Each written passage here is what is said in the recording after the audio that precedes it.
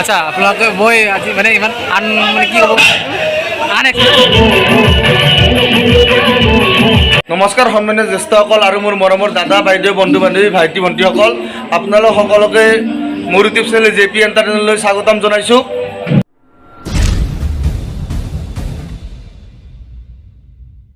আজি অসমীয়া নৱবৰ্ষৰ প্ৰথমটো দিন বহাগৰ 1 তাৰিখ আৰু বহাগী উপলক্ষে আমাৰ ওচৰৰে এখন গাঁৱত আতি পূৰ্বৰে পৰা বহাগী উৎসৱ উদযাপন কৰি আহিছে।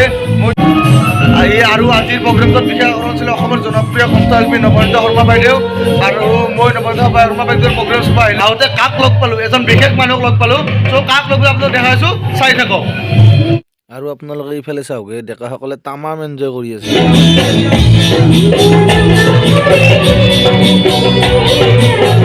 আৰু মই অলপ নাচি দিলোঁ দিয়ক বিহু বুলি।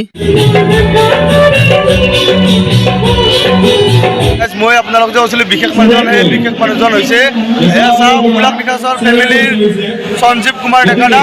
আৰু সঞ্জীৱ কুমাৰ ডেকা যে গোলাপ বিকাশৰ ফেমিলিৰ অহা নাই, আজি চৰকাৰে দেখাইছে নন্দিতা শৰ্মা বাৰ লগত গীটাৰ বজাবলৈ।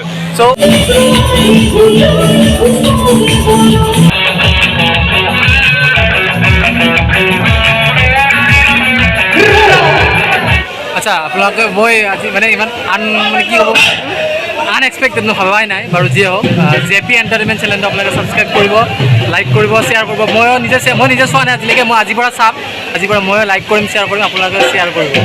বাকী আমাৰ জয়ন্তক লগ পাই ভাল লাগিল, মাতিছে নিজে আহি।